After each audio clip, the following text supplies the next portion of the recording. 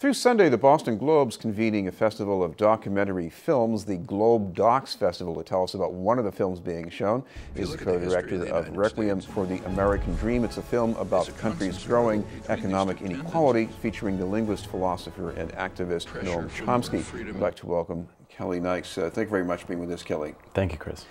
First, start with that dire title here, Requiem for the American Dream. I'm thinking that how things have changed in the last 50 years.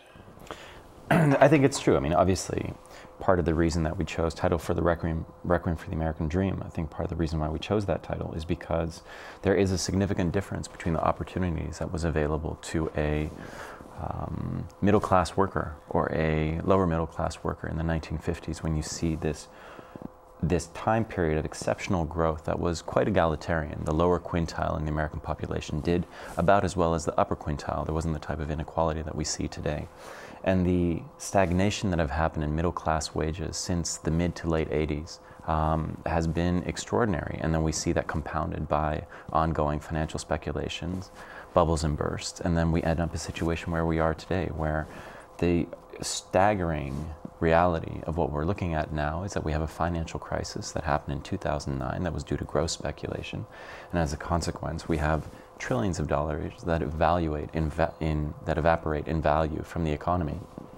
But we get in the news today that Wall Street has now exceeded earnings in terms of what each participant is making, what it is that people are compensated is now exceeding what they were making in 2007. So you do have to wonder if we are all in this together, if this is the American dream, that we have a shared destiny. Why is it that we seem to have such unequal participation in that? One take I have from that crisis is that that period was a time when, especially in the financial sector, there was this belief you could price risk out of existence, and we found out it was really unfounded. Well, I mean, it's true. I mean, the thing that's important to look at is that, and what I think that Chomsky does exceptionally well in the film, and we were very fortunate to have such unprecedented access to him. We interviewed him over the course of 5 years and then came away with these 10 principles of consolidation, wealth, and power. And one of the things that he talks about is the shift in the economy away from a manufacturing base and towards a financial speculative base. But if you look at, again, this golden period from about 1945, and America is unique in that because it was unscathed compared to the other great industrial powers after the Second World War. America was in an unparalleled position to be able to capitalize on this opportunity of being the sole manufacturing power essentially left in the world. From 1945 until about 1965, there are no financial crashes. Glass-Steagall is in place, there's strong regulation, there's a different mentality in banking. It's not speculative, it's a holding industry, not a pass-through industry. If you actually had somebody take a mortgage, you held that mortgage for 20 years, you didn't securitize it and sell it off to a teacher's pension in Norway. But in that period, you see people working in manufacturing and finance playing a serving role to that, because it is essentially a service industry. And that isn't entirely flipped. And that is because of the change in regulation, as you rightfully point out, that has been rolled back and rolled back and rolled back, most demonstrably in the late 90s. And that's where you see this incredible speculation, but also the attitude that we have now towards money. It isn't anymore this idea of building and holding and making. It's now really about, how can I capitalize on this? How can I get a share of this? How can I get a share of that? And that, I think, is a very important part of what it is that Chomsky lays out in the film. I mean, I imagine it would color the political character of the country too. By all means. I mean, one of the things that I really enjoy that he said was, you know, the political heroes of my youth weren't millionaires when they left office. I mean, Eisenhower famously did not go and exploit, so to speak, what his possibilities were for, not saying that Eisenhower was a hero of Chomsky's, but that Eisenhower famously didn't go and exploit what the possibilities were for him after the presidency. And we now see that.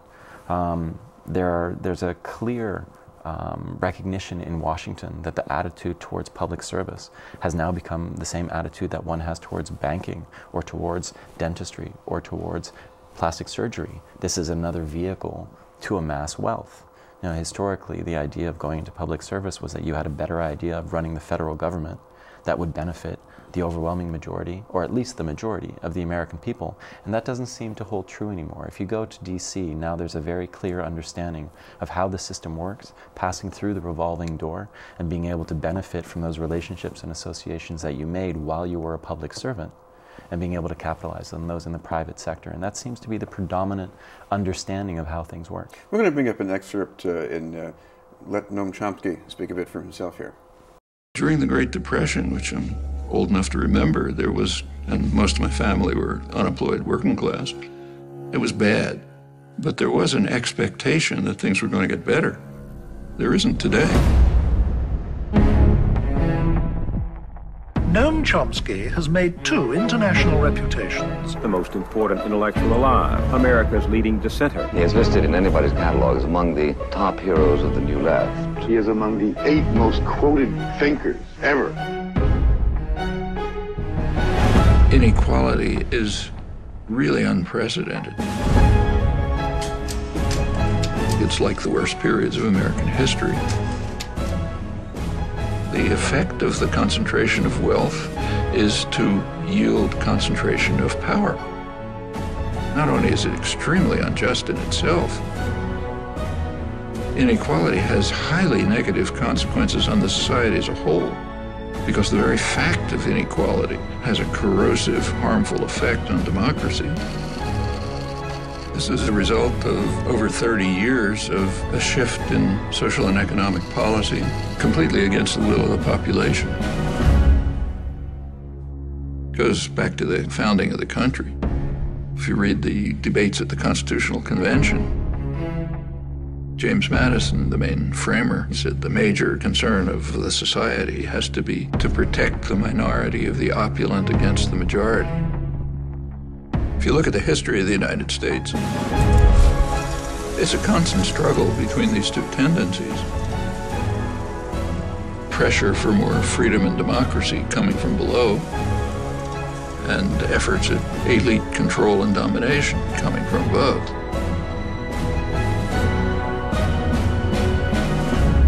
You opened by talking about the American dream. Part of the American dream is class mobility. You're born poor, you work hard, you get rich. It's all collapsed.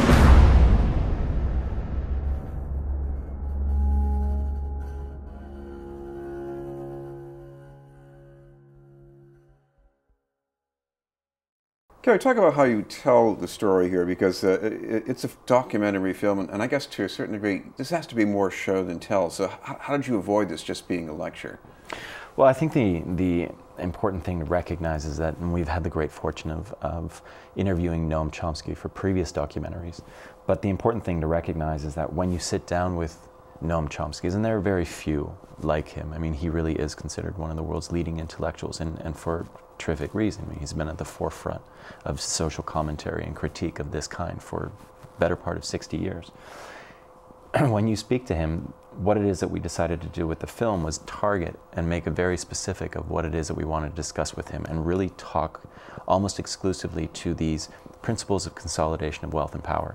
So we had the fortune of interviewing him over 5 years, and then distilled that into these principles, because otherwise there's so much information that he's able to give, provide, and offer, that if you were to let it run, you would easily end up with a 3-hour film. I mean, we knew that with the density of the material, that we had to keep it to something that was manageable, that was digestible, and that's how we ended up with the 10 principles in a feature-length documentary. Of course, one of the other things that occurs to me is that the days of the American dream, they were a little bit like the old, frontier ethic. The possibilities are unlimited. And now if you look at the climate of the presidential campaigns going on, everybody's afraid of losing something. We have to shut people out. I mean, that looks like another symptom of this too. I think that's very true. The shift that we've seen away from communal understanding and collective understanding, I think, is actually best expressed by the shift in the tax code, which Chomsky speaks to extensively in the film, and the fact that if you imagine that the marginal tax rate that there was in the mid-50s never went below 91% at the top rate under a Republican president. under Eisenhower, it went up to 93%. Now that may seem arbitrary, but obviously that's a signal of society saying this is what it is that we believe that we collectively want to create as a community. At about 93% of your top dollar, you're capping what it is that it's possible to earn. And so you're essentially creating a similar demographic among your society, and that leads to a sense of community rather than people who are just sharing a geography. And I think that that's what's really driving what it is that you're speaking of, which I think is absolutely right, that there's a sense of while it is that people recognize the power of the individual in America, we really do now have a sense of being alone more and more, and that, you know, the difference between being able to work today and work tomorrow and having a slip off a railing and then having that not being able to because your healthcare is insufficient or because you can't miss a day at work. You know, the risks are very real, and I think a lot of Americans feel that. And we should remind our viewers this is going to be shown tomorrow night, right? Tomorrow night at 5:30 at the Paramount Center on October 9th. Thank you very much for being with us. My pleasure. Thank you, Chris.